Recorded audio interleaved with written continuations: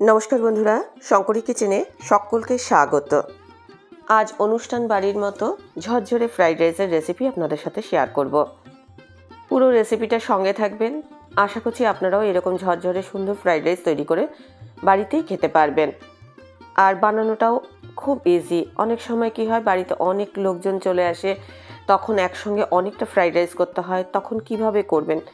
আর বেশি জিনিস করতে গেলেই দেখবেন একটু হিমশিম খেয়ে যাওয়ার ব্যাপার থাকে, আর জিনিসও অনেক সময় নষ্ট হয়ে যায়।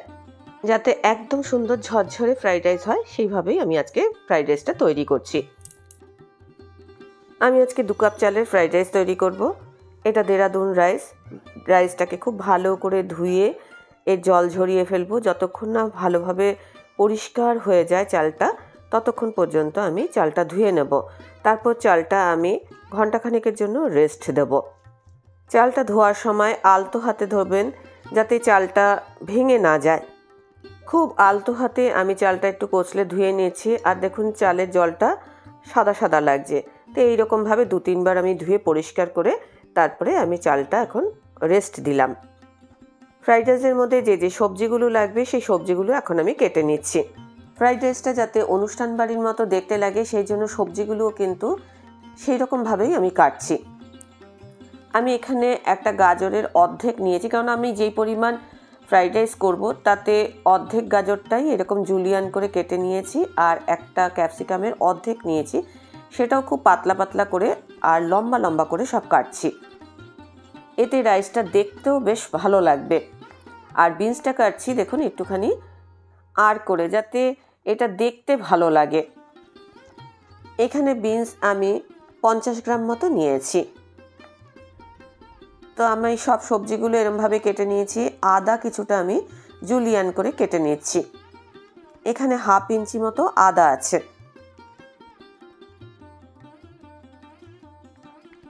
আমি কিন্তু ফ্রাইড রাইসে একটু লঙ্কাও ব্যবহার করি। এখানে কাঁচা লঙ্কা আমি খুব পাতলা পাতলা করে কাটছি, আর দানাগুলো আমি ফেলে দিয়েছি। সব কিছুই মোটামুটি আমি লম্বা লম্বা করে কেটেছি। আজকের রেসিপিটা দেখে আপনাদের যদি ভালো লাগে তাহলে অবশ্যই একটা লাইক, শেয়ার ও কমেন্ট করবেন। বেল আইকন সমেত আমার চ্যানেলটা সাবস্ক্রাইব করে আমার পাশে থাকবেন। বেল আইকনটা ক্লিক করা থাকলে আমার যে কোনো রেসিপি বা আমি যাই আপলোড করি না কেন, সবার আগে নোটিফিকেশন আপনার কাছেই পৌঁছে যাবে। 2টো লঙ্কার কুচি, এখানে 1/2 ইঞ্চি আদা, আর এই যে বিনস রয়েছে, ক্যাপসিকাম, গাজর সব লম্বা লম্বা করে কেটে নিয়েছি। সমস্ত সবজি আমার কাটা হয়ে গেছে। বাকিটা রান্না করতে করতে আপনাদের দেখিয়ে দেব। এখানে কাজু কিশমিশ রয়েছে, এগুলোর সংখ্যা আপনারা বাড়াতে কমাতে পারেন। আমি মোটামুটি একটা আন্দাজ করে নিয়েছি। 4টে এলাচ এরকম আমি ফাটিয়ে নিয়েছি, আর 4টে এলাচ আমি পরে গুঁড়ো করে নেব। আর এখানে রয়েছে দারচিনি আর লবঙ্গ। এই 4টে এলাচ গুঁড়ো করব। চালটা রেস্ট দেওয়ার ফলে চালটা দেখুন এখন অনেকটা ফুলে উঠেছে, আর চালের কালারটাও কিন্তু অনেকটা সাদা লাগছে। এবার আমি চালটাকে সেদ্ধ করে নেব। প্রস্তুতি পর্ব আমার শেষ। এবার আছি রান্না পর্বে। আমি একটা পাত্রে জল গরম করে নিয়েছি, তাতে 2টো তেজপাতা, লবঙ্গ, দারচিনি আর আমি যে এলাচগুলো ফাটিয়ে রেখেছিলাম সেগুলো আমি দিয়ে দিচ্ছি। সঙ্গে দিচ্ছি 2 চা চামচ সাদা তেল। তেলটা দিলে চালটা স্টিকি স্টিকি মতো হবে না। সঙ্গে দিচ্ছি একটু বেশি পরিমাণে নুন। নুনের পরিমাণটা একটু বেশি দেবেন, কেননা এটা তো ফ্যান ঝরানো হয়ে যাবে, তখন কিন্তু নুনটা অনেকটাই বেরিয়ে যাবে। চালের মধ্যে যতটা নুন অ্যাবজর্ব করবা ততটুকু নুন অ্যাবজর্ব করে নেবে, তবে এতটা পরিমাণেও দেবেন না। এবার আমি চালটা দিয়ে ভালো করে ফুটিয়ে নেব। চালটা যখন 80% সেদ্ধ হয়ে গেছে, তখন আমি এর মধ্যে দিয়ে দিচ্ছি ভিনিগার। ভিনিগারটা দিয়ে ভালো করে আমি চালটা ফুটিয়ে নেব। এতে চালের কালারটা বেশ সাদা হবে। গোটা মশলা দিয়ে চালটা ফোটানোর ফলে চালের মধ্যে কিন্তু সুন্দর একটা ফ্লেভারও হবে।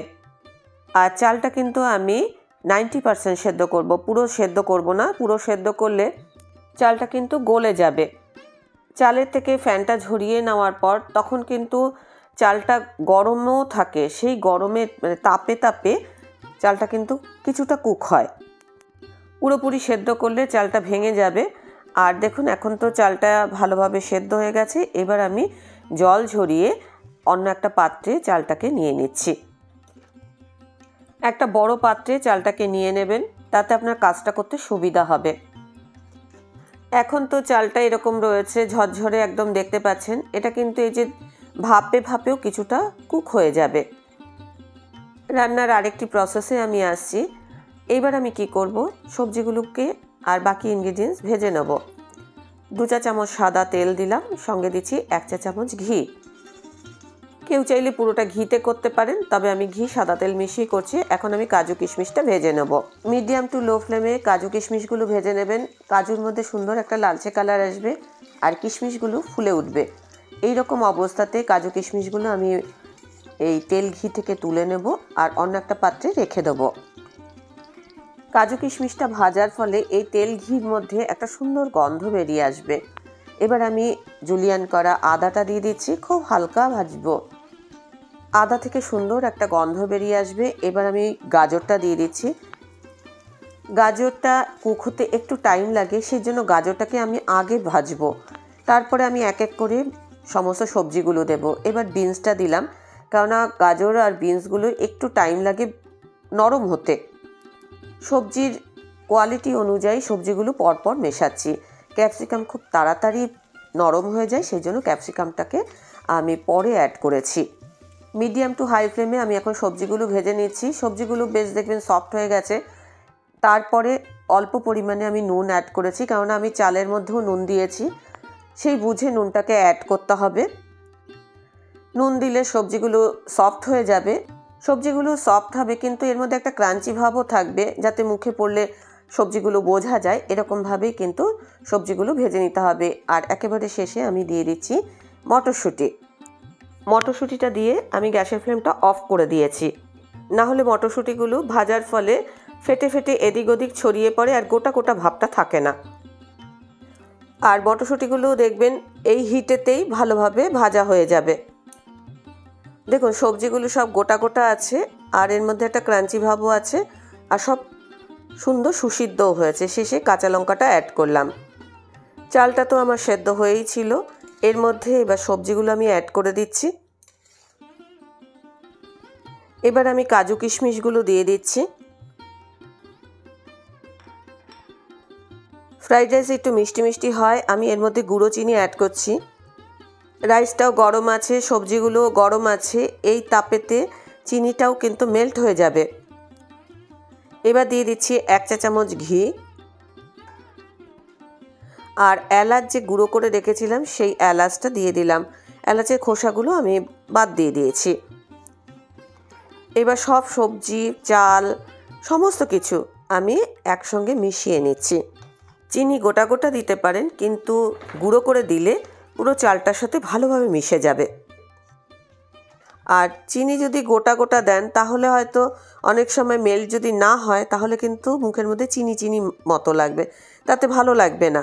এবার আমি চাপা দিয়ে 1 মিনিট মতো এটা রেস্ট দেবো, তারপরে আমি সার্ভ করব। বাড়িতে অনেকটা পরিমাণে ফ্রাইড রাইস করতে হলে এইভাবে করবেন।